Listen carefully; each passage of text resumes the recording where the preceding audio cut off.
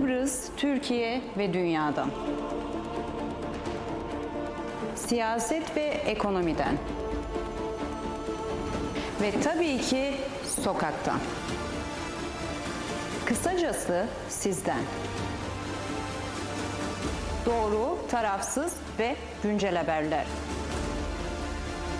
Gazete manşetleri ve objektif yorumlarla. Halkın sesi olmak ve her yeni güne birlikte başlamak üzere. Hafta içi her sabah TV 2020 ekranlarında birlikteyiz.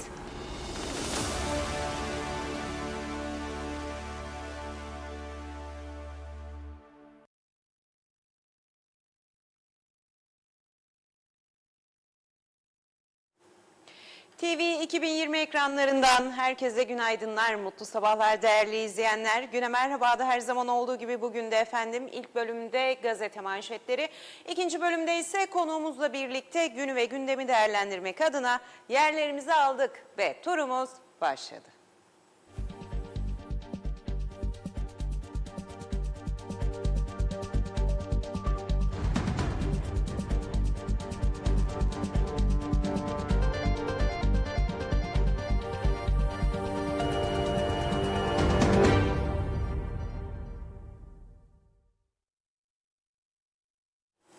Evet efendim, tarihlerimiz bugün 12 Ağustos Çarşambayı gösteriyor. Haftanın tam ortasına gelmiş bulunuyoruz. Evet, hafta başı itibariyle de geçtiğimiz haftanın yoğunluğu ve tartışmalı birçok konusu esasen bu haftaya da yansımış oldu. Bugüne kadar da yine tartışmalar içerisinde gelir bir vaziyetteydik bu sabaha kadar yine. Ve bu sabah itibariyle aslında dün gündemimizdeydi ama bugün birçok yine gazete manşetlerinde yer buluyor trafik konusu ve tabii ki ülkede yaşanan cinnet getiren olayların vahim sonucu olarak sosyolojik, psikolojik, aynı zamanda kriminal olarak geldiğimiz nokta, üzücü noktalar bugünün de siyasi erklerinin gündemi oluyor. Dün itibariyle aslında önceki gün akşam itibariyle Başbakan Ünal Üstel'in seçim startını verdiği açıklamaları kamuoyunun gündemine yansıdı. Önceki haftada Başbakan Ünal Üstel neden yaşananlara ilişkin bir açıklama yapılmıyor şeklinde vatandaşın sosyal medyada soru sorar bir vaziyeti vardı ve önceki akşam itibariyle startını verdiği ve birçok konuda açıklamada bulunduğu haberleri yansımaya başladı. Dün de yine birçok yine medya alanındaki haber sitelerinin ve medyanın gündemindeydi Başbakan Üstel'in açıklamaları. Projelerden bahsetti yine ve hükümette oldukları süre boyunca neleri hayata geçirdiklerini, istikrarın ne kadar önemli olduğunu ifade etti bir kez daha. Ve tabii ki seçimler, herkesin merakla beklediği seçimler konusunda bir açıklama yaptı. Eğilimimiz ve istemimiz ki öyle olacak dedi. Esasen tabii ki organlara götürülecek ve oradan meclise iletilecek ve meclisten ortak konsensüs temelinde bir karar çıkacak. Seçim tarihine ilişkindi bu açıklama. 6 Aralık'ta her iki seçim birden yapılacak ve biz bunu istiyoruz dedi.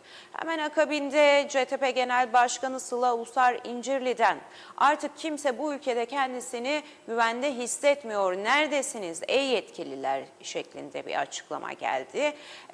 Yani sizin işiniz gücünüz seçim ama ülkede yaşananlar gerçekten artık kabul edilebilir bir boyutta değil ve bunu geçiştirerek de sadece siyasete odaklanarak hareket etmeniz mümkün değil, buna izin vermeyeceğiz dedi ve bugüne işaret etti. Meclise olağanüstü çağrıda bulunacağız dedi. Meclisin olağanüstü toplanması için.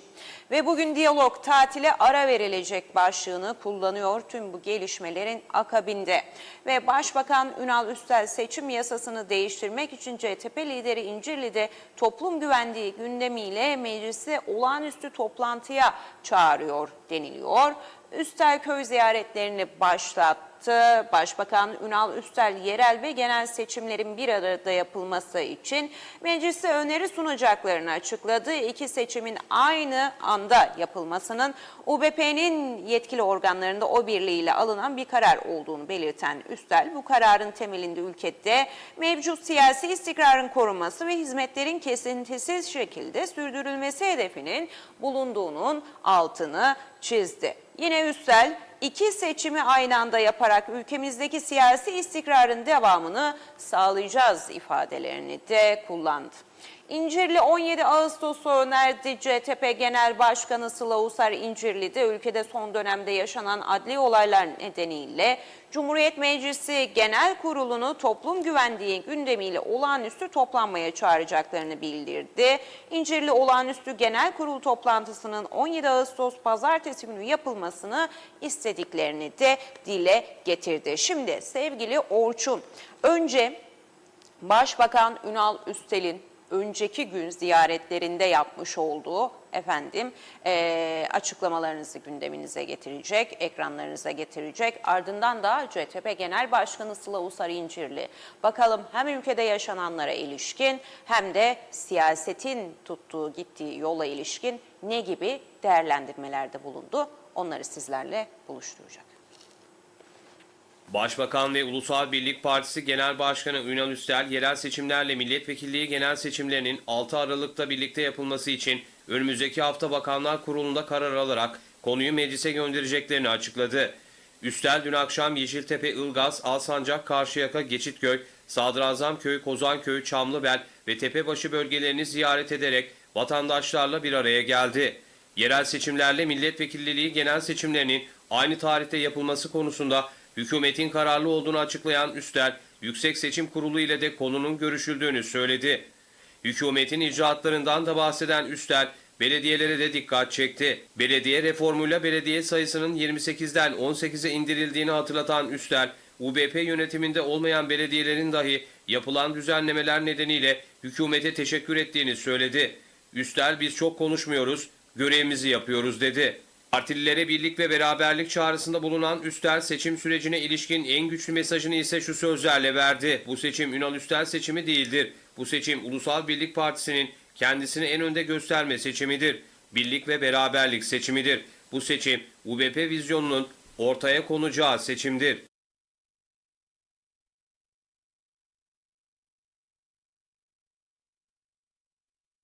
CTP Genel Başkanı Sıla Usar İncirli, ülkede artık vatandaşların kendisini güvende hissetmediğini söyledi. İncirli, bir kadın güpegündüz market ortasında bıçaklandı. Direksiyon başında olmaması gerekenler yüzünden yollarda canlarımızı kaybetmeye devam ediyoruz. İş yerleri tehdit ediliyor, kurşunlanıyor. Ülke dışından gelen çeteler sokaklarımızda korku saçıyor şeklinde konuştu. Bunların hiçbiri normal değildir. Normalleşmesine, hafife alınmasına ve sıradanlaşmasına asla izin vermeyeceğiz diyen İncirli, peki bu tabloda hükümet ne yapıyor diye sordu. Hükümet ve ortaklarını çözüm üretmek yerine yeniden seçilmeye odaklandığını söyleyen İncirli, kimse çıkıp her şey yolundaymış gibi davranamaz. Bir hükümetin asıl işini yapmak yerine gündemi saptırmayı seçmesi aczin itirafıdır ifadelerini kullandı. İncirli, halkın önceliğinin toplum güvenliğinin sağlanması ve devlet otoritesinin güçlendirilmesi olduğunu kaydetti. CTP lideri, tedbirlerin meclisin denetim işlevi kapsamında değerlendirilmesini ve alınabilecek ek tedbirlerin halkın önünde görüşülmesini talep etti. İncirli, hiç vakit kaybetmeden yarın Cumhuriyet Meclisi'ne başvurarak Meclis Genel Kurulu'nun 17 Ağustos Pazartesi günü olağanüstü toplanması çağrısını yapacağız dedi.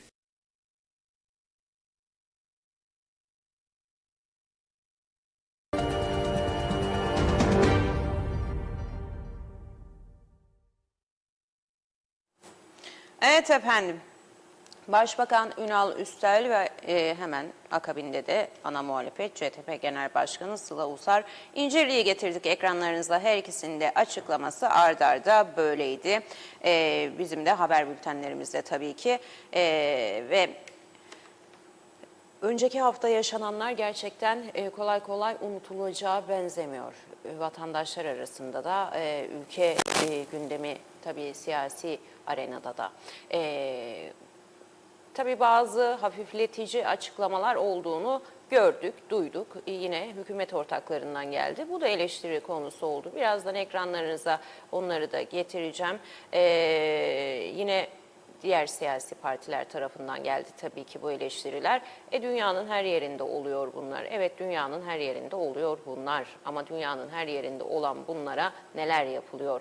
Yüz ölçümlerine tabii değişkenlik gösteren birçok normu var. Neye göre fazla, neye göre az? Mesela ölümlü trafik kazaları konusunda da benzer zaman zaman sesler yükseliyor. Yani dünyanın her yerinde var. Dünyanın tabii ki her yerinde her şey var. Dün de bahsettik. Hiçbir şeyi sıfırlayamazsınız. Suçları da sıfırlayamazsınız, enflasyonu da sıfırlayamazsınız belki kolay kolay. Diğer bütün alanlardaki sorunları sıfırlayamazsınız. Dünyanın her yerinde, her ülkesinde bu alanlarda sorunlar var.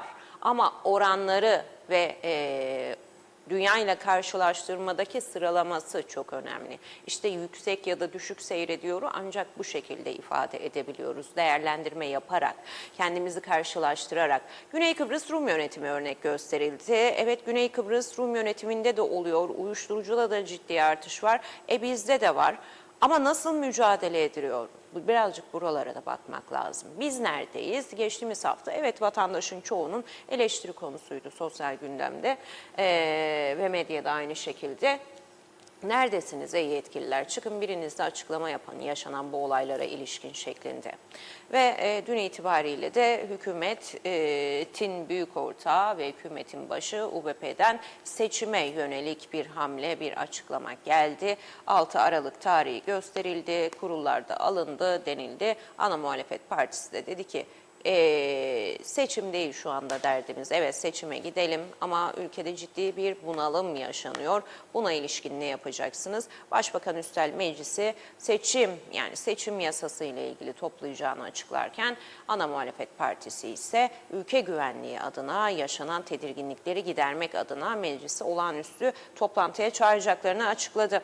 Evet, bugün Diyalog'un ön sayfası birbirinden ilginç, korkutucu, ürkütücü belki de ya da almasını bilene ders veren nitelikli haberlerle dolu, adli haberlerle, hepsi de birbirinden böyle iç ürpertici haberler. Tabii ki önceki haftanın önemli konularından, hepimizi kahreden konularından biriyle devam edeceğiz. Uyuşturucu testi sonucu bekleniyor. Aşırı alkollü vaziyette araç kullanarak trafik kazası yapan Turan Obalı'nın ölümüne neden olan sürücü Y.A.'dan alınan kan örneği tahlile gönderildi. Tahlil sonuçları bekleniyor değerli izleyenler.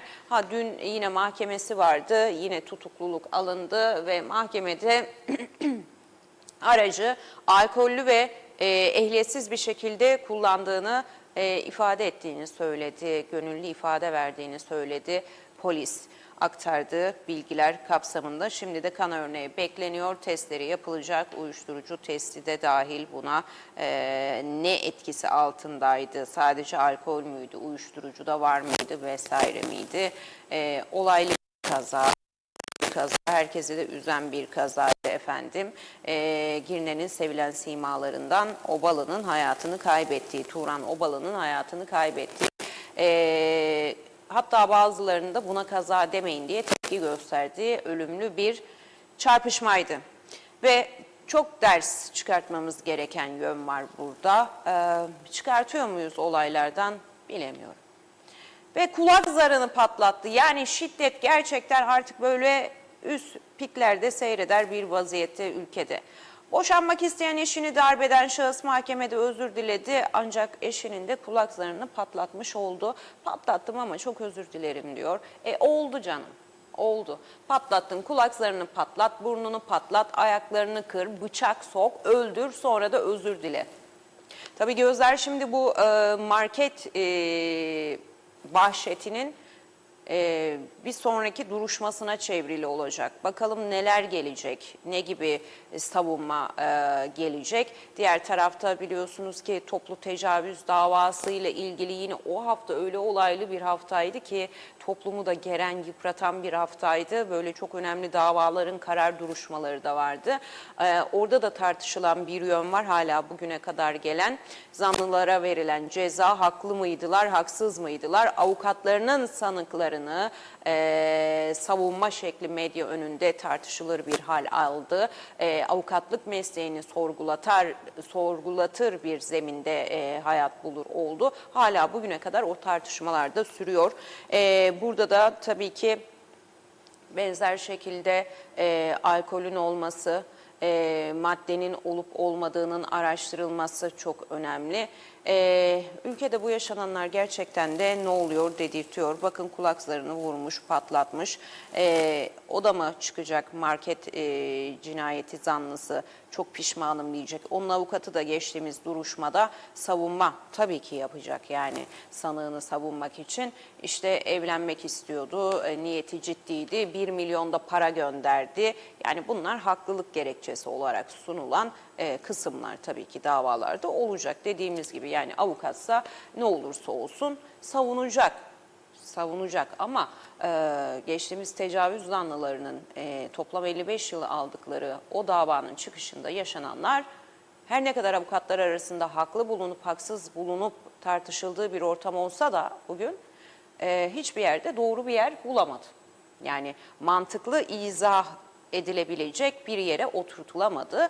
O kadın avukatın çıkışta medya önünde sarf ettiği sözler maalesef. Ve efendim devam ediyoruz diyalogta. Büyük korku yaşattı diyor, kendisinden boşanmadığı için eşini bıçaklayacağını söyleyen şahıs tutuklandı. Büyük korku yaşattı. Bir de çocuk tehdidi vardı sanırım. Çocuğunu öldürürüm, çocuğu öldürürüm, seni de bıçaklarım şeklinde. Ne güzel dünya ya. Dingo'nun ahırı çünkü ülke. Bugün sabah işe gelirken 3 tane farklı sinirlerimi nükseden şey yaşadım trafikte. U dönüşü yapılmayacak yerde benim karşı şeridimden U dönüşü üstüme gelen mi dersiniz? Ne yapıyorsun diye sorduğumda aval aval suratına bakan. Yine ışıklarda benzer şekilde kırmızıda geçen mi dersiniz? Kendi şeridi yerine benim şeridimden giden ve benim şeritten gitmemi engelleyen mi dersiniz? Yani ne kendi şeridinde ne benim şeridimde. Gerçekten Dingo'nun ahırı dedirtiyor insana. Dingo'nun ahırı dedirtiyor. Tamam denetim diyoruz, polis denetlesin diyoruz. Polis her 2 metrede bir olamayacağına göre ne oluyor ya? Gerçekten ne oluyor? Ondan önceki hafta burada ben çekip sizlerle paylaştım. Sürücünün biri el frenini çekti, indi aşağıya, tüm trafiği durdurdu, arkadaki arabaya saydırıyor, sövdürüyor, kadın camı kapattı. Orada bir şey olabilirdi. Hangi hakla siz arabadan iniyorsunuz? Başka bir arabanın üzerine yürüyorsunuz. Hangi hakla trafiği kapatarak diğer sürücüleri de mağdur ediyorsunuz? Gerçekten ne oluyor? Öfkesine yenildi deniliyor bir diğer haber başlığında bugün ön sayfada yer bulan. Para vermeyen babasını da annesini de ölümle tehdit eden şahıs sonradan pişman oldu. Öfkesine yenildi ama olan oldu. Hemen altındaysa internet üzerinden sahte araç kiralama sitesi kurarak 317 bin liralık dolandırıcılık yapmakla suçlanan Nijeryalı tutuklandı. Her konuda uzman. Her konuda uzman demiş. Ne güzel değil mi? Sahte araç kiralama sitesi kurmuş, oradan araç kiralamış ve 300 binlerde de para kazanmış. Diyoruz ya, ne yapıyor bu insanlar, ne yapıyor? Evlerinde oturuyor, bir yerlerde mi çalışıyor? Ama sağlıkta da varlar, eğitimde de varlar, var olmak zorundalar, yaşıyorlarsa zaten bu ülkede. İşte ne yaptıklarının bir örneği de bu. Sahte araç kiralaması zekiymiş, yapabiliyorsa yapmış yani, yapabilmiş, rahatlıkla yapabilmiş, yakalanana kadar yapmış. 300 bin küsuratta bence bu polisin toparlayabildiği rakamdır. Öncesi nedir acaba? Ya da bu işi yapan daha kaç kişi var? Ona da bakmak lazım. Bu olayları böyle verip bitirmemek lazım. Daha kaç kişi yapıyor vesaire. Dün burada paylaştık. Hangi ülkeden kaç kişi girdi bu ülkeye ve kaçı turistik tesislerde konakladı? Birkaç örnek verilen ülke olmuştu dün. Burada bu programda yine. Sıfırdı. Binlerle ifade ediliyordu ülkeye giriş oranları. Konaklama oranları turistik tesislerde sıfırdı. Hemen burada şu aklımıza geldi. Çalışma Bakanlığı da sosyal sigortalarda verileri ortaya koysun. Bu yapılan 7 bin girişin son 6 ayda sıfırsa otellerde konaklaması, iş dünyasında, iş hayatında çalışma oranı nedir? Çok rahat bir şekilde çıkartılabilir değil mi? Vardır zaten. Yani bugün arasak her ne kadar toparlayıp bize verebilirler orasından çok emin değilim verileri. Veri konusunda gayet özürlü ve sıkıntılı bir yapımız var biliyorsunuz ki. Bazen haberler için ihtiyaç duyuyoruz. Bazıları sitelerinden yayınlıyor. Onlar da çok geriden geliyor, çok eskiden geliyor. Çok acil bir şey olduğunda ilgili bakanı arıyoruz biz. Şu veriye ihtiyacımız var. Bakan ne alaka? İlgili daireyi ararsınız. Devlet dairelerine normal sabit hatlardan ulaşmak imkansız bu ülkede. Ulaşamazsınız. Böyle bir şey yok. Var. Çok güzel internet siteleri yapılmış. Bakanlıkların, dairelerin. Her bölüm ayrı ayrı tasnif edilmiş, telefon numaraları verilmiş, özel kalem müdürleri, sekreterleri, bölüm, hangi bölüm. Yani bir haber yapıyorsunuz. Ben niye bakan arayayım ya? Yani nerede görülmüş? Bakan ayrıca her şeyi bilmek zorunda değil, istatistik veri olarak. İlgili bakanlık, ilgili daire, ilgili birim, hatta o dairenin de ilgili birimi sizin muhatabınızdır. Hangi konuysa artık. Ama bizde işler öyle yürümüyor. Hiç profesyonelce değil. Ben kendi mesleğim adına, kendi adıma hiç profesyonelce bulmuyorum direkt bakanları cepten aramayı. Ama mecburuz, bilgi alamıyoruz. Devlet dairelerine bağlanmak imkansız. Sabit telefonlardan şeyi düşünüyorum ben. Ben direkt bir şeyle ilgili ihtiyacım varsa bir veriye, bilgiye hemen ilgili bakanlık, ilgili daireyi bulurum internetten. Telefon numarasını, ilgili bölümü bulur, ona bağlanıp almaya çalışırım. Çünkü olması gereken bu. Yani profesyonellik anlamında da olması gereken bu. Ama o telefonlar hiçbir zaman açılmaz. Olur da şanslısınız. Danışmaya bağlanırsanız orada işte danışmanın girişinde biri vardır. O da hiçbir şey bilmiyordur. Ona düşersiniz günün sonunda. O da bağlıyorum der. Bir 5, 10, 15 kere aynı yere düştüğüm olmuştur. Saatlerce inat edip bekleyip. Mecbur kalıyorsunuz, sonra arıyorsunuz ilgili bakanı, sayın bakanım böyle bir haber var. Yani bizim de böyle bir veriye ihtiyacımız var ama ulaşamıyoruz. Aratıyor birini, kendisi aratıyor. O zaman arıyorlar. Ondan sonra yine veri yok. Girmemiş ilgili yerdeki ilgili memur. Bakan diyor ki gir, ilet. Ben izindeyim. Ben tek başıma zaten yetiştiremem girsem de diyor. Yine veri yok. O yüzden bu ülkede veri özürlüyüz. Kurumsallık anlamında da çok çok geriyiz. Hem de hiç profesyonelce değil. Ve efendim devam ediyoruz. Aynı mekanda kaldığı karı kocayı ve 5 yaşındaki çocuklarını bıçaklamakla tehdit eden şahsın suç dosyası da kabarık çıktı. 27 yaşında ama 45 sabıkası var başlığıyla yer buldu bu haberde. Biraz önce diğer haberi aktarırken demiştim size. Bir de çocuğu öldürme tehdidi vardı dün. Yani öyle artık olaylar görür duyar olduk ki gerçekten mutluluğumuz kuruyor. Ve 271 promil alkol tesiri altında kamyonet kullanan sürücünün ehliyetsiz olduğu anlaşıldı. Annesinden içmiş diyor. Annesinde içmiş. 271 promil alkol tesiri altında kamyonet kullanan sürücü aynı zamanda da ehliyetsiz çıktı. Ne güzel dünya değil mi? Ne güzel dünya. Hem ehliyetsiz hem alkollü. Yani işte bakın burası akıl alır gibi değil. Yani hep diyoruz ya bu cesareti nereden buluyorlar? Bu cesareti nasıl bulup nasıl? Hem ehliyetiniz yok sizin, hem kamyon kullanıyorsunuz, hem de üstüne üstlük alkol alıyorsunuz. Burası akıl alır gibi değil. Neyden korkmuyor bu insanlar? Polisten mi korkmuyor? Ki denetimler de var. Neyden korkmuyor? Yargıdan mı korkmuyor? Neyden korkmuyor? Erkten mi korkmuyor? Neyden korkmuyor bu insanlar?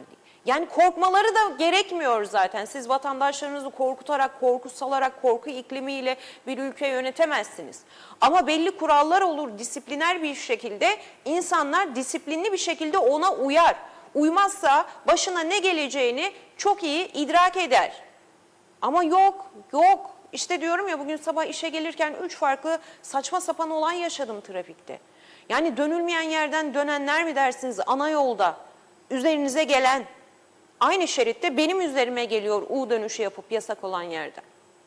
Yani ne yapıyoruz biz karşılıklı? Ne yapacağız? Sonra kenara çekildi. Ama sen yapmaman gereken çok ciddi hatalar yaptın. Baktım ne yapıyor diye Öyle aval aval bakıyor. Yani normal, onun için normal bunu yapmak. Normalleşmiş çünkü. Diyalogdan aktaracaklarımız böyleydi efendim. Gerçekten bazen böyle aklımızın durduğu şeylere şahit oluyoruz. Nasıl olabilir diye bizi de sorgulatır bir vaziyete sokuyor maalesef ki. Evet, diyalogdan aktaracaklarımız böyleydi ve sıradaki gazete Kıbrıs'a geçmeden önce sevgili Halkın Partisi Parti Sözcüsü Aral Moral dün konuğumuzdu. O da ülkede yaşananlara ilişkin, aynı zamanda trafikte yaşananlara ilişkin açıklamalarda bulundu TV 2020 aracılığıyla. Bir Aral'a da kulak verelim dilerseniz, bakalım ne gibi değerlendirmelerde bulundu Halkın Partisi. Halkın Partisi Sözcüsü Aral Moral TV 2020'de katıldığı Güne Merhaba'da son günlerde ülkede yaşanan kriminal ve şiddet olayları ve ölümlü trafik kazalarıyla ilgili açıklamalarda bulundu. Son olaylara baktığımızda, değerlendirmemize bir baktığımızda yani uzun bir zamandan beridir insanların hissettiği bir sorun vardır. Hiçbirimiz kendimizi güvende hissetmiyoruz. Sabah evinizden çıkıyorsunuz erken vakitte, birileri alem ahkamdan kalkıp gelip üstünüze çıkıp sizi öldürebiliyor. Yani öğlen vakti ve öğleden sonra işte atıyorum haberlerde çıkar, Girne'nin bir işlek caddesinde olmayacak bir yerde mesela kalabalık araba trafiğinin, insan trafiğinin olduğu bir yerde orta refüjden takla atabiliyor araba. Dere boyunda akşam üzeri takla atabiliyor. Yani olmayacak durumlarda olmayacak kazalarla karşılaşmaya başladık.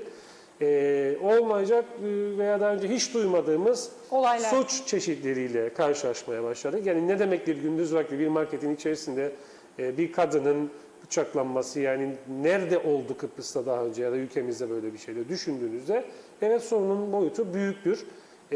İnsanların tepkisi de tekrar ediyorum devlete değil devleti yönetemeyen bu zihniyetedir. Moral ülke olaylarına göre kolluk kuvvetlerinin de yetersiz olduğunu söyleyerek şu ifadeleri kullandı. Polisimizin örneğin teşkilat yasası 1984'ten kalmadır ve 84'te hazırlanan bu teşkilat yasası 3000 kişilik maksimum bir personel rakamı öngördü. Bugün yani 84'teki nüfusa göre 3000 kişi, bugünkü nüfusumuz belli ki çok yani nettir. Kalabalık. 84'teki nüfusun kat be kat üstündedir. Hali hazırda 3000 kişilik kadro da azdır.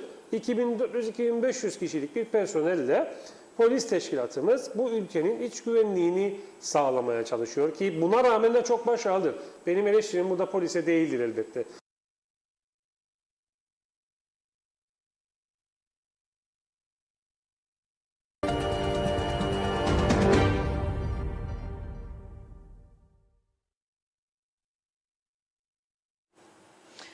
Evet, ülkede kimse kendisini güvende hissetmiyor diyor Aral Moral. Ve efendim devam ediyoruz, Kıbrıs Gazetesi'ndeyiz. Kıbrıs Gazetesi ile devam ediyoruz. Radikal önlemler alınmalı diyor Kıbrıs Gazetesi de, trafiğe yer veriyor bugün manşetinde ve son günlerde trafik kazalarında belirgin artışlar var ve bu trend yeni değil diyor. Trafik Kazalarını Önleme Derneği Başkanı Avcı 2025'te 42 kişinin hayatını kaybettiğini, yaklaşık 1200 kişinin de yaralandığını kaydetti. Araçlara da el konulmalı diyor ilk spotta aynı zamanda. Profesör Doktor Mehmet Zeki Avcı trafik güvenliği konusunda daha kararlı bir devlet politikasına ihtiyaç olduğunu belirterek siyasi iradenin radikal ve caydırıcı önlemler alması gerektiğini söylüyor. Örnekler veren Avcı, alkollü araç kullanan kişilerin ehliyetlerinin alınmasının yanı sıra kullanılan araca da belirli süreyle el konulması gerektiğini söylüyor. Uzun süredir söylüyor bunu Mehmet Zeki Avcı efendim. Yeni söylemiyor. Sürüş eğitim sistemi değişmeli diyor. Böyle de bir istemi var yine Mehmet Zeki Avcı'nın. Mevcut sürücü eğitim sisteminde ehliyet alan bir kişinin yeterli sürüş becerisine sahip olduğunun varsayıldığını ancak bunun doğru olmadığına dikkat çekiyor Avcı. Sürücü adaylarının gece sürüşü, yüksek hızda fren yapma, kavşak ve yaya geçitlerinde doğru davranış gibi konularda yeterli eğitim alamadığını ifade etti. Avcı, resmi ve kapsamlı bir sürücü eğitim müfredatının oluşturulması gerektiğinin de altını çizdi. Bu ülkede ciddi bir park sorunu da var. Önceki gün yine bu konuyu ben de burada sizlerle paylaşıp dile getirmeye çalışmıştım. Gece sürüşü en çok tartışılan konuların başında geliyor. Hangi şoför okulu bugüne kadar şahit oldunuz gece sürüşü yaptırıyor öğrencilerine? Yok. Yok yani, yaptırmıyorlar. Dediğim gibi böyle broşürümsü bir şeyle de hazırlanıyor öğrenciler. 10 sürüş mü, 11 sürüş, işte bilmem kaç ders aldıktan sonra 40 dakikadan 45 dakikadan gidiyorsunuz sınava girip ehliyeti alıyorsunuz. Avcı da onları eleştiriyor. Böyle olamaz diyor. Onun dışında dediğim gibi bu ülkede ciddi bir park sorunu var. Bakın merkezi ana arterlerde oturan insanlar, bunlardan biri de benim. Bugün sanki hep kendimden örnek veriyormuşum gibi ama ben de bu toplum içerisinde yaşıyorum. Her ne kadar gazeteciysem tabii ki profesyonel anlamda bunları sizlere aktarmaya çalışıyorum. Hep böyle başkalarının yaşadığı bir şeyleri sizlere aktardığımız için bizimki de anormal gelmemeli diye düşünüyorum. Çünkü biz de bu toplumun içerisinde yaşayan fertleriz ve yanlış. X kişiye yanlışsa bana da yanlış. Benim yapmamam gereken bir şeyse X kişinin de yapmaması gereken bir şey. Ana arterlerde yaşayan, ana caddelerde oturan, yaşayan insanlar, vatandaşlar ciddi problem yaşıyor. Park alanları yok. Caddelerin içine park ediyorlar. 2 şeritli yollar böylelikle tek şeride düşmüş oluyor. Bu bir. İkincisi, o insanlar da oralara park etmek istemiyor. Çünkü tehlikeye açık. Benim 2-3 defa gece uyurken aracım yarıya kadar göçürtüldü ana cadde üzerinde. Neden? Mecbur. Şimdi polisi çağırıyorsunuz. Polis diyor ki zaten yasak. Yani buraya park etmek yasak. Ama diyor ne yapacaksınız? Bu cadde üzerinde yaşayanlar nereye park edecek? Tabii ki apartmanın önüne sırayla ana caddeye park edecek. Değil mi? Anomali. Her yer anomali. Ülkenin her yeri anomali. Polis diyor ki ben ceza yazmıyorum çünkü yok yani mantıklı değil. İnsanlar başlarının üzerine alıp evlerine mi çıkarsınlar arabayı? Ama yasaktır diyor. Mesela bir olay yaşandığında kaza vesaire sizin aracınız da orada park edildiği diye artık resmiyete döküldüğü için siz de suçlu oluyorsunuz ama ona bir şekilde hallediyorlar yani size zarar vermeden. Çünkü sizlik bir durum değil. O zaman imar iznini ona göre vermeyin arkadaşım. Vermeyin. Otoparkını da yapsın öyle verin. Sonra sizin yapmadığınız şeylerin ceremesini niye vatandaş ödesin? Her gün karnımız çatlıyor park yeri bulacağız diye ana caddenin üzerinde. Dükkanlar var, iş yerleri var. Onlara da gelen gidenler var. Haklılar. Onların müşterisinin de durması gereken alanlara ihtiyaçları var.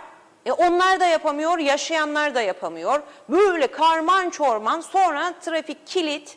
İnsanlar pür sinir sıcağın altında. Yani gidin bu ana arterlere, dükkanların da yoğun olarak yerleşimlerin olduğu yere bir görün bakalım gündüz o kavurucu sıcakta ne gibi trafikte orada sinirler geriliyor, işkenceler yaşanıyor. Çünkü park yeri yok ülkede. Park yeri yok ülkede. Kim bunun suçlusu? Yapıları, izinleri böyle veren ve bugünü göremeyen kişilerin suçu en başta. Evet ve suçunu itiraf etti deniliyor manşetin hemen altında da alkollü süratli ve ehliyetsiz kullandığı araçla karşı şeride geçip Turan Obalı'nın ölümüne neden olan 21 yaşındaki kadın mahkemeye çıkarıldı. Suçunu da itiraf etti diyor. Sürmanşette ise frekanslarımız değişiyor denilmiş. TürkSat yenileniyor. Aralarında Kıbrıs TV'nin de bulunduğu KKTC kanallarının uydu frekansları değişiyor. Aynı şekilde bizim de ben de hatırlatmış olayım. 15 Ağustos'tan sonra değişime gidiliyor efendim. Bizim altyazıda geçiyor. Geçmeye de devam edecek. Oradan detaylı bilgiyi alabilirsiniz. Altyazımıza eklenmiş vaziyette hangi frekansta olacağız? Bundan sonraki süreçte 15 Ağustos'tan sonra hem TV hem de radyo anlamında tüm bilgiler uydusal bilgiler yer buluyor. Alt yazımızdan takip edebilirsiniz. Ve Üstel'le hizmet geldi deniliyor. Başbakan Ünal Üstel'in bölge ziyareti sırasında Geçitköy muhtarı Bayram Avcı ve bölge sakinlerinden iş insanı Songül Avcı Ozan söz aldı. Üstel'e hizmetlerinden dolayı teşekkür etmişler. Üstel'le hizmet geldi demişler. CTP Genel Başkanı Sıla Ulusar İncirli de hemen altında yer buldu. İlk işimiz nüfus sayımı yapmak olacak diyor Sıla Ulusar İncirli ve meclisi de olağanüstü toplantıya çağıracağız dedi. Güvenlik meselesi temelinde başta olmak üzere. Avrupa diyelim ve Avrupa ile devam edelim birlikteliğimizde. Avrupa gazetesi de sosyal medyada avukata linç diyor. Programın en başında bahsettiğimiz mevzu esasen bugün Avrupa'nın ön sayfasında yer buluyor. Sosyal medyanın ortaya çıkışıyla nasıl bir linç toplumu olduğumuz da gözler önüne serildi. 5 kişinin tecavüz iddiasıyla mahkeme mahkum edilmesinden sonra genç kadın avukat mahkeme avlusunda sarf ettiği sözlerden dolayı sosyal medyada adeta linç edildi. Şimdi ifade özgürlüğü mü tartışması temelinde hayat buluyor sosyal medyadaki bu konu, yoksa linç kültürü mü? Şimdi ifade özgürlüğünün de belli kalıpları var, belli normları var. Yakışık almadı. Şimdi bu bir gerçek. Hiç yakışık almadı.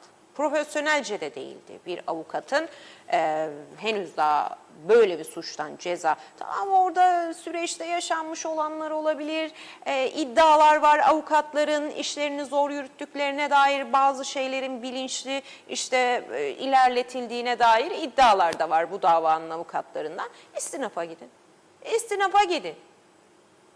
Ya da bir basın açıklaması yapın. Olaydan sonra oturun, artık kaç avukat bakıyorsanız bu işe bir basın açıklaması yaparsınız. Kamuoyunu yakından ilgilendiren, herkesin dikkatini çeken bu davada bunlar yaşanmıştır. Siz avukatsınız, ben söylemeyeceğim nelerin yaşanıp yaşanmadığını paylaşmanız için. Bir basın açıklaması yaparsınız, yollarsınız bütün medya kuruluşlarına, Türk Ajansı Kıbrıs'a da zaten orada çıktığında tüm medya kuruluşları oradan alır. Budur yani bu işin oluru. Siz daha zanlılar çıkmadan önünden çıkıp böyle ortamı kışkırtırcasına söylemlerde bulunursanız ne mesleğinize yakışır, özür dilerim, ne de profesyonelliğinize yakışır. O öyleydi, şimdi doğruya doğru diyelim. Ha, olabilir, savundukları yönde gerçeklik de olabilir. Şimdi istinaf mahkemeleri var, oraya gidersiniz. Dediğim gibi bir oturursunuz, eliniz yüzünüz düzgün bir şekilde bu masa etrafında, gerekirse basın kuruluşlarını çağırırsınız, bir basın açıklaması yaparsınız. Ya da orada mahkemedeki arkadaşlara dersiniz ki arkadaşlar bizim davaya ilişkin, karara ilişkin bir açıklamamız olacak dersiniz. Böyle olur yani bu işler. Ondan sonra linçti, oydu, buydu, bunları geçelim. İşin özünü kaçırmayalım lütfen. Olaylarda biz çok kötü bir alışkanlık yaptık.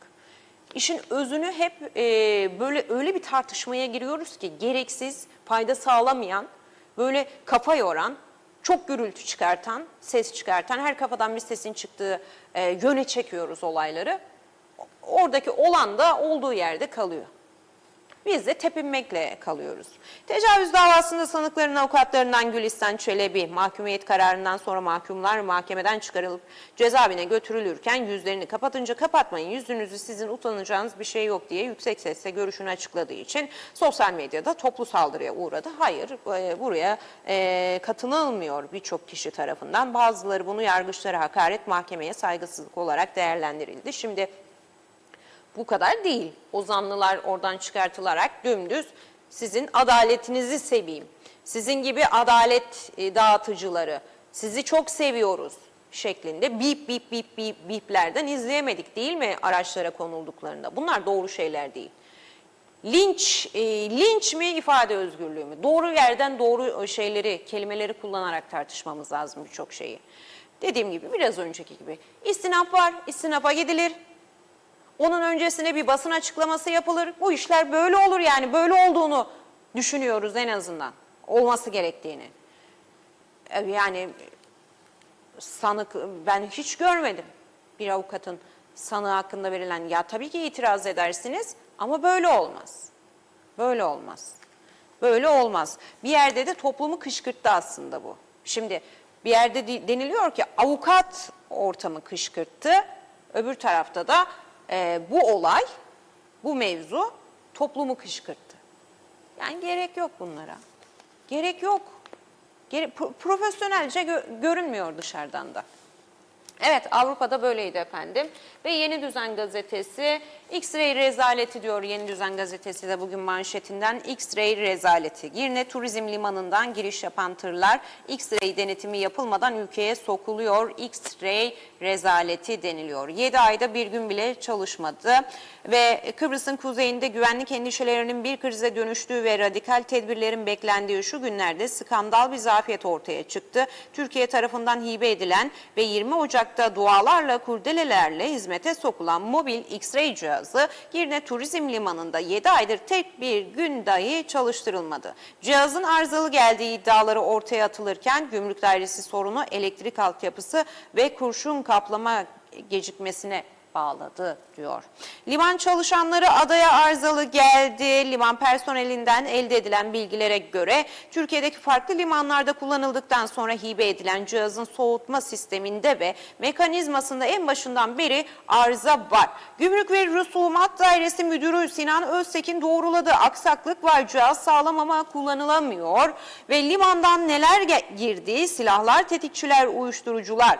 Liman son bir yılda tekerlekli sandalyeyle geçirilen silahlar, konteynerlara saklanan tetikçiler ve bavullara doldurulan uyuşturucular gibi ciddi kaçakçılık ve güvenlik olaylarıyla gündeme gelmişti diyor Yeni Düzen gazetesi efendim. X-ray tarama sistemi gümrük kapılarında araç, konteyner, bagaj ve kargoların içeriğini açılmadan görüntüleyerek kaçak veya beyan dışı eşyanın tespit edilmesini sağlayan güvenlik sistemidir diye de bir yıldızlı not düşülmüş. Kitaplarda olur ya ne işe yarar diye. Böyle bir not düşülmüş ve şu anda yapılamadığı ifade ediliyor. 7 ayda bir gün bile çalışmadı. Mausa'da da belli bir limite kadar alabiliyor biliyorsunuz. Orada da bazı problemler yaşanmıştı. Önce Mausa'ya konuldu, ardından Girne Turizm Limanı'na getirileceği ifade edilmişti. X-ray cihazının Türkiye tarafından hibe edildi. Tamam, sıkıntı olabilir. Bir zahmet onu da yapıverin. Değil mi? Bir zahmet onu da hallediverin.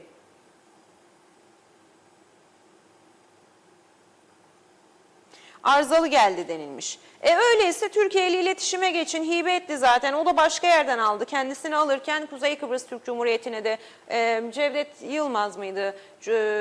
Cumhurbaşkanı Yardımcısı Yılmaz açıklamıştı sanırım geldiğinde. Yanlış hatırlıyor olabilirim ama bir Türkiye'li yetkili yine üst düzey yetkili açıklamıştı. Müjde şeklinde açıklamıştı. 2 X-ray cihazı da Kuzey Kıbrıs Türk Cumhuriyeti'ne yollanacak denmişti. Biz kendimiz için ihaleye çıktık, kendimize alıyoruz. Arızalı geldiyse dersiniz ki sevgili Türkiye bu arızalı geldi. Bize hibe ettiğiniz çok teşekkür ederiz ama arızalıdır. Herhalde demeyecektir size arızalıysa arızalı kalsın ya da siz yapın arkadaşlar. Yapılamayacak bir durumsa eğer herhalde yollayın der ya da ne bileyim ben iletişime geçtiler mi geçmediler mi onunla ilgili de bir bilgi sahibi olmadığımız için şu anda çok da bol keseden atmak istemiyorum konuştuğum konular adına esasen haddimi aşmayarak konuyu aktarmaya özen gösteriyorum. Ama yani halledilmeyecek bir konu muydu? 7 aydır geldi X-ray cihazı. Ülkede bu kadar tartışma varken, iş güvenlik meselesi, kapılar konusu bu kadar gündem olmuşken, hepimizin canını sıkarken artık vatandaş olarak bizlerin de üzüldüğü, bunun sıkıntısını yaşadığı bir ortam varken, yani nasıl 7 aydır eğer çalışmıyorsa gerçekten bugün gazetenin söylediği gibi bırakıldı. Yine birçok cihaz geliyor Türkiye'den, hibe ediliyor. Özellikle sağlık alanında. Son günlerde biliyorsunuz ki bakanlık çıktı, tanıtımlarını da yaptı. Böyle kameraları çağırdılar, ameliyathaneden görüntü falan da aldırdılar bu cihazları kullanırken. Çok güzel, çok güzel, mükemmel. Geç kalınmıştı ama buradan başlanması da bir şey. 10 yıllardır dünya teknolojiyle tıbbı bir araya getirip hizmet veriyor vatandaşlara. Bize de gelsin. Geldi. Ama erişilebilir olacak mı? Burası önemli. Herkes bundan faydalanabilecek mi? Ve bunlar sürdürülebilir olacak mı? Yarın bir vidası düştü, yok üzerine toz geldi deyip bunlardan da randevular çektirilecek mi? Arızalı bekliyoruz. Ultrasonlarda olduğu gibi, MR'larda olduğu gibi çalışmıyor. Ondan sonra aylar sonraya mı yine randevular verilecek o robotik cihazlardaki ameliyatlar için? Ki bunların çok bakım maliyetlerinin yüksek olduğu cihazlar olduğunu da biliyoruz. Hibe edilmesi de yetmiyor. İşte onun bakımının, her şeyinin yapılıp sürdürülebilir bir yapıda devamlılığının sağlanması da çok önemli. O da bize düşüyor işte. O da bizim boynumuzun borcu, bizim görevimiz. Onu da yapamıyorsak daha biz neyi konuşuyoruz zaten? Evet, Kuzey Kıbrıs Türk Cumhuriyeti yazılı basında yer bulan gazete manşetleri böyleydi. Şimdi bir de dijitalden Orçun'un bana aktardıklarına bakalım. Güneş'le devam edelim dilerseniz. İstikrarla güçlü geleceğe devam diyor. Bugün Güneş gazetesi manşetinden efendim. Yeni yatırımlarımızı sürdüreceğiz. Sahada vatandaşlarla buluşan Üstel, Başbakan Üstel, hükümet döneminde uzun yıllardır bekleyen birçok projenin tamamlandığını belirterek yarım kalan projeleri tamamladık. Ülkemizin ihtiyaç duyduğu yeni projeleri hayata geçirdik. Üstel bundan sonraki hedefin ise bugüne kadar yapılan yatırımların üzerine yeniliklerini koymak olduğunu, yenilerini belirtiyor. Kıbrıs Türk halkına daha güçlü, güvenli ve istikrarlı bir gelecek hazırlamak için çalışmaya devam edeceklerini de söylüyor. Ve hemen altına baktığımızda ise halkın alım gücünü korumaya devam edeceğiz. Spot başlığını görüyoruz efendim. Ve ekonomik koşullara da değinen Üstel, çalışanlar, emekliler, serbest çalışanlar ve özel sektörün mağdur olmaması için bugüne kadar alınan tedbirlerin sürdürüleceğini söylüyor. Halkın alım gücünü korumanın hükümetin öncelikleri arasında olduğunu vurgulayan Üstel, ekonomik şartlar karşısında vatandaşın yanında olmaya devam edeceklerini de belirtiyor. İki seçimi aynı anda yapacağız dedi. Yerel seçim tarihini de açıklayan kurullarda biz böyle bir karar aldık. 6 Aralık'ta gidiyoruz ve iki seçimde bir arada olacak dedi Başbakan Ünal Üstel. Ve UBP Genel Sekreteri Ahmet Savaşan'ı görüyoruz. UBP çalışıyor, boş konuşmuyor. Biz işimizin başındayız diyor. Ve sürmanşette efendim Cevdet Yılmaz'ı görüyoruz. Sürmanşette bugün Güneş'te. Cevdet Yılmaz da terörsüz Türkiye'de kazanan 86 milyon olacak dedi. Aynı zamanda Yaşar Güler de bir açıklama yaptı dün Savunma Bakanı. 468 evet oyu siyasi mutabakat ve toplumsal sahiplenme adına son derece önemli diyor. Türkiye Cumhuriyeti Cumhurbaşkanı Yardımcısı Yılmaz, terörsüz Türkiye süreci kapsamında hazırlanan milli dayanışma ve toplumsal bütünleşmenin güçlendirilmesine dair kanun teklifinin Türkiye Büyük Millet Meclisi Genel Kurulu'nda geniş mutabakatla kabul edilmesinin ardından değerlendirmelerde bulundu. Yılmaz sosyal medya hesabından yaptığı paylaşımda kanunun ülkeye ve millete hayırlı olmasını dileyerek TBMM Genel Kurulu'nda kullanılan 468 evet oyunun siyasi mutabakat ve toplumsal sahiplenme açısından son derece önemli olduğunu söyledi.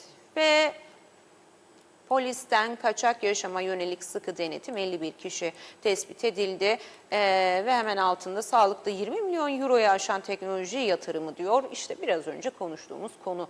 50 milyon euroları aşsın. İnsanlar erişebiliyor mu? Gidebiliyor mu? Hizmetini alabiliyor mu? Biz buna bakıyoruz. Biz buna bakıyoruz. Ya da yetiyor mu bu 20 milyon euroya aşan yatırım, teknolojik yatırım? Nerede? Devlet hastanesine gittiğinizde bir sistem çöküyor efendim. İşten izin alıyorsunuz, güçten izin alıyorsunuz, gidiyorsunuz. Orada bekliyorsunuz. İkide bir soruyorsunuz sistem geldi mi, gelecek mi?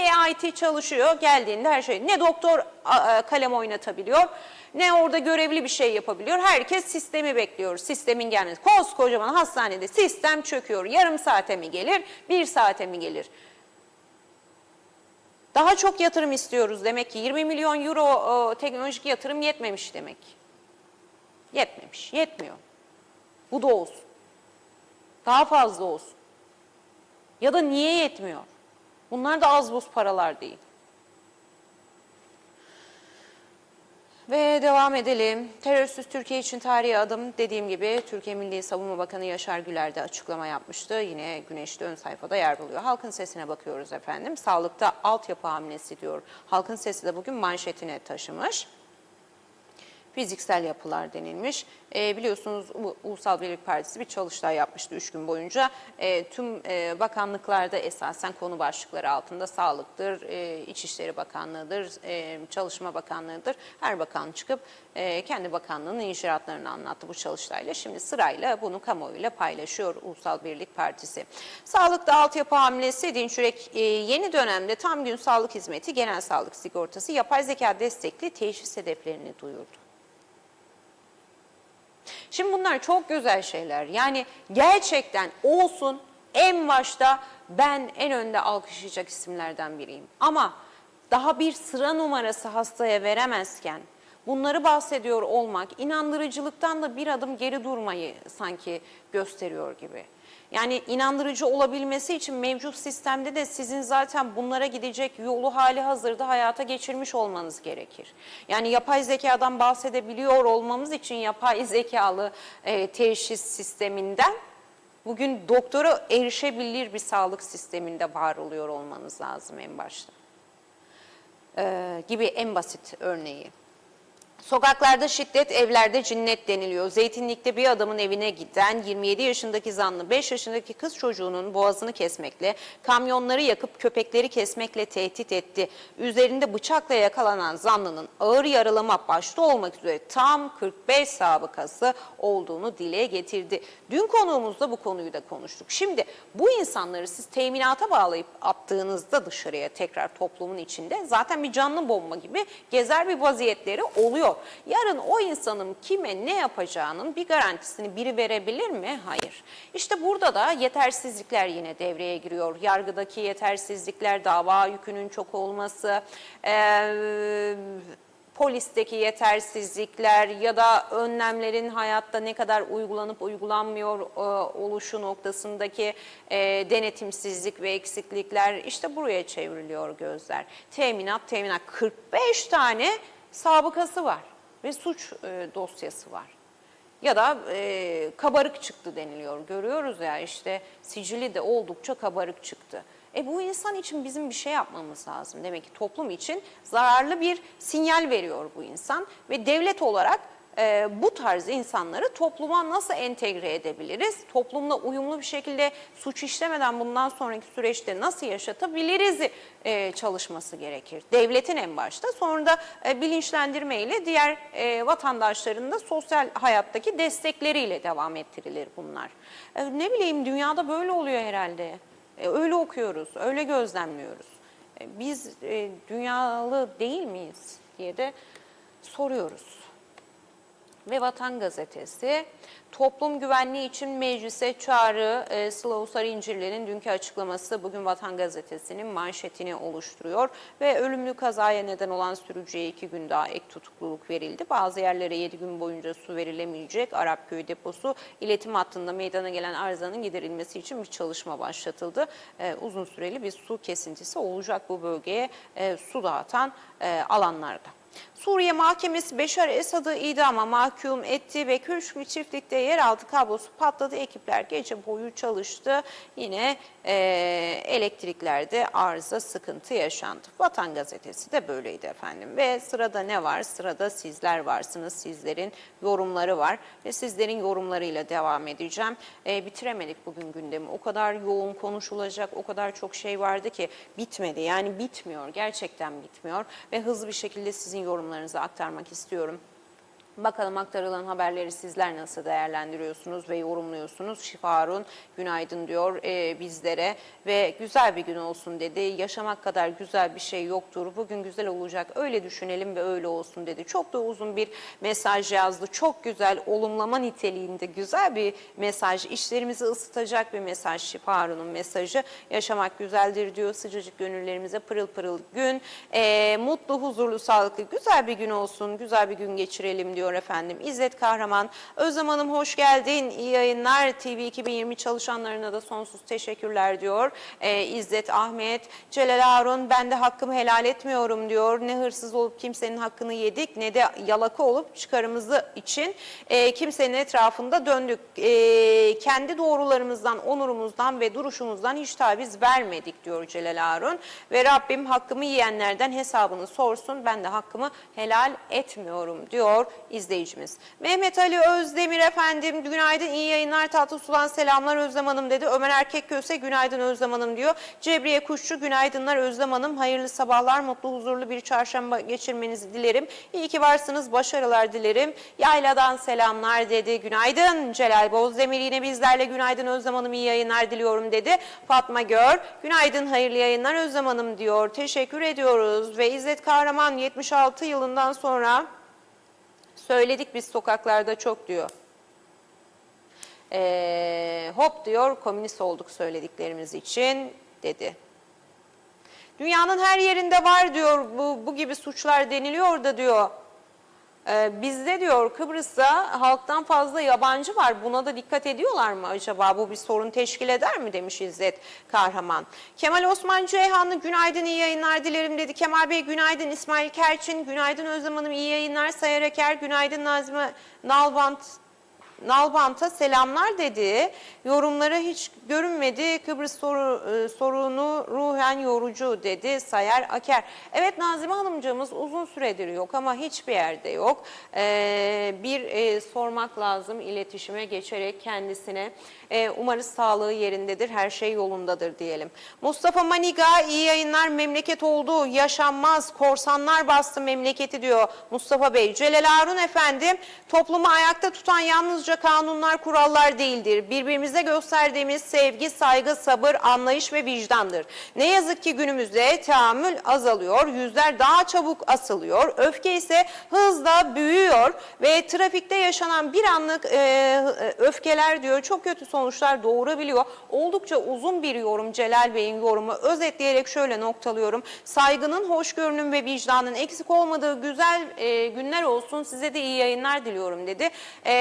Hoşgörüye aslında gün geçtikçe bizde tezahür eder. Artık birbirimizi tolere edemediğimiz yapıya aslında eleştiri getiriyor Celal Bey. İzzet Kahraman yine eskiden ficalar vardı diyor. Şimdi siz şikayet ediyorsunuz dedi. Ertuğrul Kanık efendim, sözde nüfus 500 bin, kayıt dışı nüfus 1,5 milyon. Evet Özlem Hanım, yanlış duymadınız, 1,5 milyon. Biz artık bu ülkede 500 bin değiliz. İçişleri Bakanı ülkede 500 bin değiliz diyorum diyor. İçişleri Bakanı'nı göreve çağırıyorum.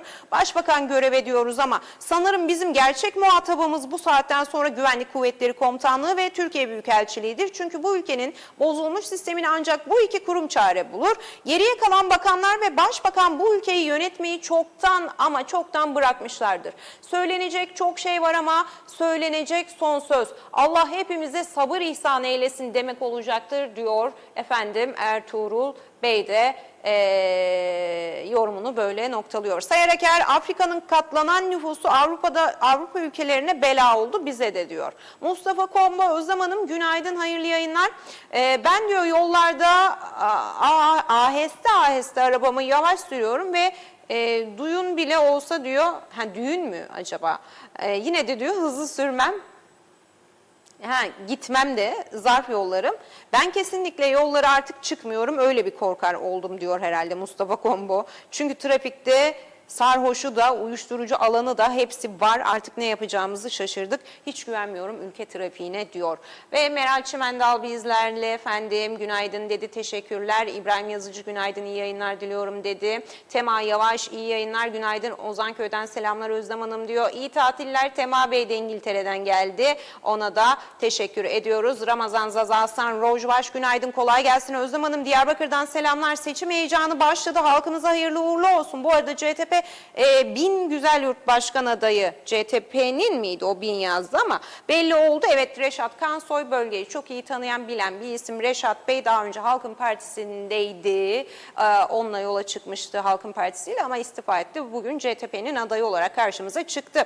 Cuma Meşe günaydın, hayırlı sabahlar, herkese kolay gelsin dedi. Hepinize ayrı ayrı çok teşekkür ediyorum değerli yorum ve katkılarınız için efendim. Şimdi kısa bir ara veriyorum ve sizi güneydeki komşudaki gelişmelerle baş başa bırakıyorum. Siz onları dinler ve izlerken biz de konuğumuzla birlikte sizlerle buluşmak üzere hemen hazırlanıyoruz. Şimdilik hoşça kalın, sağlıkla kalın.